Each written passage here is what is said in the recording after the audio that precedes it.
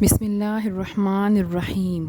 سورہ البقرہ کے 12ویں رکوع میں عورت پر نازل کردہ آیات کا ذکر کیا گیا ہے کہ تم سے پوچھتے ہیں حیض کا حکم فرما دیجئے، وہ اذیت دینے والا ہے تو عورتوں سے الگ رہو۔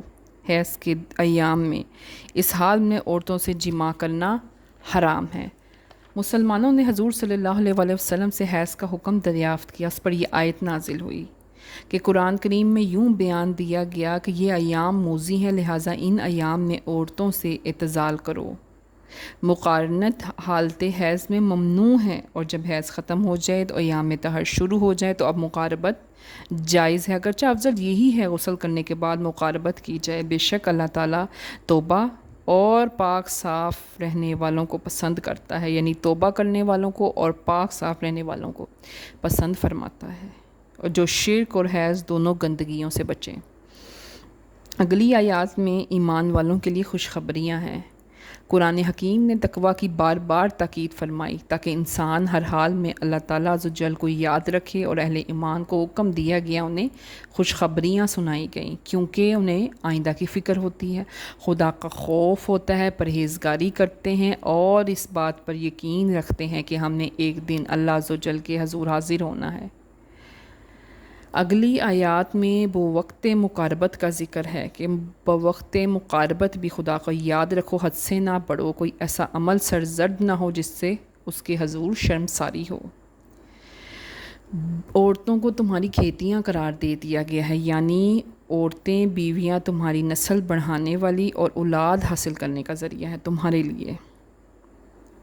اب اگلی آیت میں اللہ تعالیٰ نے حکم دیا ہے کہ چاہے تم کسی پہ نیکی احسان کرو، بھلائی کرو، تقویٰ کرو، یا آپس میں لوگوں کی صلح کراؤ، اللہ کی قسم کھا کر نہ کوئی بات نہ کرو، یعنی اللہ کو اپنی قسموں کا نشانہ نہ بناؤ، جان بوجھ کر اللہ کے نام کی قسم نہ کھاؤ، بے شک اللہ تعالیٰ سب کچھ سنتا اور جاننے والا ہے۔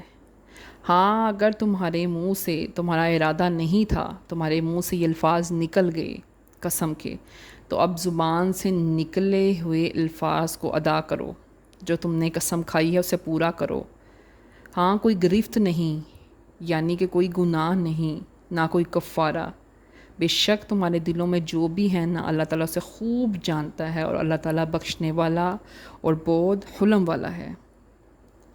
اب اگلی آیات میں ان مردوں کا ذکر ہے جو قسم کھاتے ہیں، یعنی ایلا، عربی میں لفظ ہے ایلا، قسم کھا لیتے ہیں کہ اب ہم نے اپنی عورتوں کے پاس نہیں جانا۔ تو کچھ عرصے کے لیے اجازت دی گئی ہے ان عورتوں کو کہ وہ رجوع کریں یا انتظار کریں، اور بعد میں اگر آزادی لینا چاہتی ہیں تو اللہ تعالیٰ بخشنے والا اور مہربان ہے، سنتا ہے، اللہ تعالیٰ سب جانتا ہے۔ اب اگلی آیات میں طلاق والی عورتوں کے بارے میں ذکر کیا گیا کہ ان کو اپنے نفس روکنے کا حکم دیا، یعنی اگلا نکاح نہ کرنے کا۔ کس وقت تک؟ 3 حیض تک، 4 ماہ کچھ دن بنتے، 3 حیض آنے تک انہیں حلال نہیں ہے نکاح کرنا۔ اور اگر اس عدت کے ایام میں کسی عورت کو حمل ٹھہر جائے تو اس پہ بھی یہ حلال نہیں کہ اگر وہ اللہ اور قیامت کے دن روز قیامت پر یقین رکھے تو یہ بات نہ چھپائے۔ اور اگر ان ایام میں ان کے شوہر ان سے رجوع کرنا چاہیں تو عورت کو مکمل حق حاصل ہے، جیسے مرد کو ہے، مکمل عورت کو حق حاصل ہے کہ وہ حمل کے بعد اپنے شوہر سے دوبارہ رجوع کرنا چاہتی ہے، صلح کرنا چاہتی ہے، یا اگلا نکاح کرنے کا ارادہ رکھتی ہے، یعنی کہ آزادی کے بعد اگلا نکاح کرنے کا ارادہ کرتی ہے۔ بے شک اللہ تعالیٰ غالب اور حکمت والا ہے۔ ہاں، اگر عورتوں کو ہاتھ لگانے سے پہلے تم طلاق دے دو تو ان پر کوئی عدت واجب نہیں۔